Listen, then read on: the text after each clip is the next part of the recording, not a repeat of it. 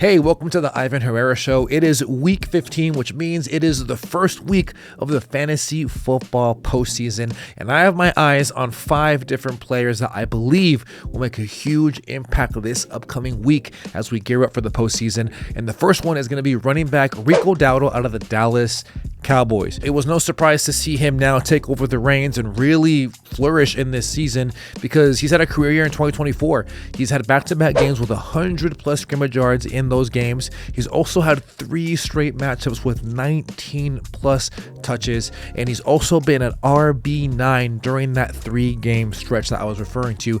And so we're not only seeing the volume, but we're also seeing the efficiency. And when you look at it over here, he has been 19th in yards per touch. He has been 26 in yards per reception, and currently on the season he's averaging 4.8 yards per carry. And what gets even better is the matchup that he has going up against the Carolina Panthers, because not only are the Carolina Panthers the 32nd, which means that they are the worst defense to most points allowed to opposing running backs. Just look at what they've done over the last 3 weeks. In week 14 they've actually allowed 209 yards to opposing running backs. Week 13 they allowed 236 yards, and then week 12 165. And what's been really key is that not only do we know that Dowdle is very efficient, but how inefficient the Panthers have been also bodes well for Dowdle, because in the 3 games that I just referred to, they've actually allowed 6.4 yards per carry to opposing running backs. All of that making Rico Dowdle a very intriguing start for the first week of the fantasy postseason. This next player is one that for me is very special because in 2023 I said he was going to be a league winner. However, Kenneth Walker was healthy all season and saw great volume. We're actually seeing this season Zach Charbonnet finally fit that league winning role. And the key thing is how well he's been doing with Kenneth Walker out and having Charbonnet fill in as that running back 1 for Seattle. If you see here in this screenshot from RotoViz, in 5 career games with Kenneth Walker being out of the lineup, he has averaged 21.72 fantasy points in PPR formats. He's had 74 rushing yards in those games to go along with 31 receiving yards and 4 receptions. In 2024, it even gets better for him because in 3 games that he's filled in, he's actually averaged 27.4 fantasy points in PPR formats, has seen an increase in rushing yards at 87.7, and also receiving yards being set at 35 to go along with 5 receptions. And last week versus Arizona, we saw him put that same kind of performance together. He had 134 rushing yards on 22 attempts, saw an average 6.1 yards per attempt to go along with 7 receptions on 7 targets for 59 yards, and also had 2 rushing touchdowns, putting together an RB1 performance where he actually finished as the RB1 in all of fantasy. And when you look further as to what makes Charbonnet good is just his efficiency. We all knew back in college when he was in UCLA he was a great pass catcher, but you're also seeing how well he's been doing that in the NFL. Currently right now, among all running backs in a part-time role, he's actually 9th in fantasy points per opportunity. He's also 6th in yards created per touch, is also 2nd in juke rate, which means that not only is he able to be efficient, but it's also because of how well he's able to be elusive versus defenders. And what's really staggering to me is that he's not rostered in 100% of leagues.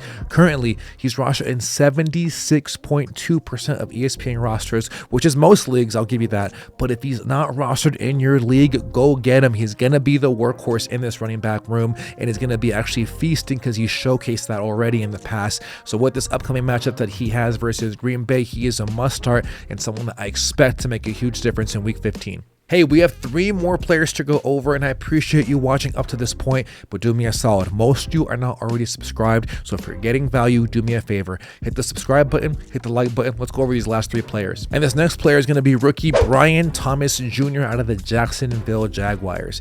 And I know that coming into this season, all the talk of all the rookies was Marvin Harrison Jr., Malik Neighbors, all for right reasons, but it's been Brian Thomas Jr. who's been really impressive for me. And it all begins with how he currently leads all wide receiver rookies in receiving yards at 851. He currently is also 2nd among all wide receivers that are rookies in touchdowns, also 3rd in targets, and you can see here how well he's been doing overall. And if you look further in these stats over here, he's currently 8th in yards after catch among all wide receivers. He's also 14th in yards per reception, 9th in deep targets, and he's also been showcasing his effectiveness through how explosive he plays. He currently is 14th among all players in explosive ratings that showcased here on player profiler. And what gets even more intriguing is the fact that Evan Ingram is going to be unfortunately out for the whole season for the Jacksonville Jaguars after suffering an injury this week. Evan Ingram was actually second on the team in team targets, and he was third in yards as well with a 25.1% target share, which was second among all tight ends. And he was also first among all tight ends with a target rate of 33.2%. Of course, I expect his backup Strange to actually get an uptick in work. However, I think that this just will only benefit Brian Thomas Jr. You see here that in games where he is playing without Evan Ingram, he has 16.858 fantasy points compared to 12.87 with him there in the lineup. And you also see the uptick in the receiving yards. He has 55.67 on average when Ingram is in there, and he has 87.5 when he is not. So obviously now with Evan Ingram out for the season, I expect Brian Thomas Jr. to see an uptick in this offense, considering that they're already suffering injuries already with Christian Kirk, and they also play the New York Jets. And I know the Jets typically are a pretty good secondary. They have actually allowed the 12th fewest points to opposing wide receivers, but I actually want to look a little bit deeper, because if you look at the last 3 games, they've actually allowed 150 receiving yards in the last 3 games. And this past week versus the Miami Dolphins, they actually allowed 240 receiving yards. They also allowed 14.2 yards per reception, and it also gave up 17 receptions to receivers alone. And I expect that with Brian Thomas Jr. seeing this uptick in productivity as well as opportunity, that he will be able to feast and leverage this matchup versus the New York Jets. Another player that I think will do really well this upcoming week is going to be Khalil Shakir, wide receiver for the Buffalo Bills. Khalil Shakir's had a breakout season in 2024. He's currently setting career highs in receiving yards at 735, receptions with 65, targets with 81, and also so far has 3 touchdowns, which also is a career high. And then what you're seeing too here is him actually doing really well in other categories. He's currently 8th in target rate among all wide receivers. He's 2nd in yards after catch, as well as 10th in total route wins.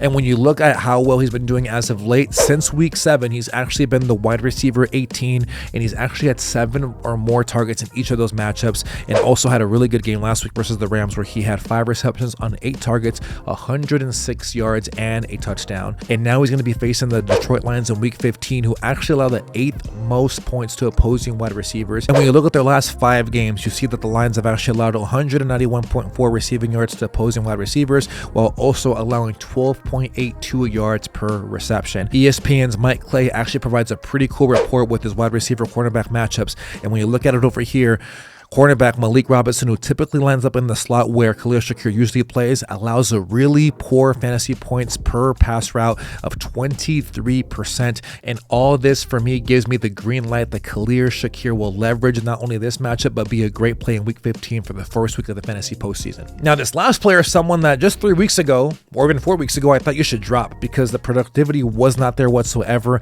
but he has turned it around, and I may want to take credit for it because of the jinx. However, I'm going to say this right now, Jaylen Waddle is going to be a huge play in week 15 for the first week of the fantasy postseason. And when you look at this 3-game stretch, he's turned it all around.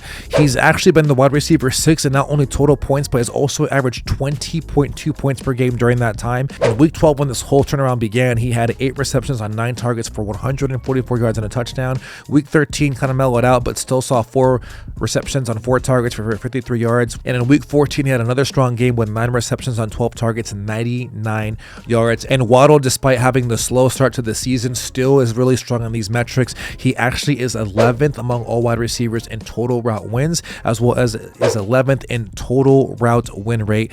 And he actually faces the Houston Texans, who are actually allowed the 4th most points to opposing wide receivers. So when you see what's been happening as of late for Jaylen Waddle to go along with the matchup, it should give you the clear indication that he's going to be a good play this upcoming week. Hey, thank you so much for making it to the very end of the video. It means the absolute world to me. Listen, if you got value in this video, do me a solid. Hit the subscribe button, hit the like button, and I also have some more videos here in the channel that'll help you out as we gear up for the fantasy postseason. Best of luck as we gear up for this upcoming matchups in week 15.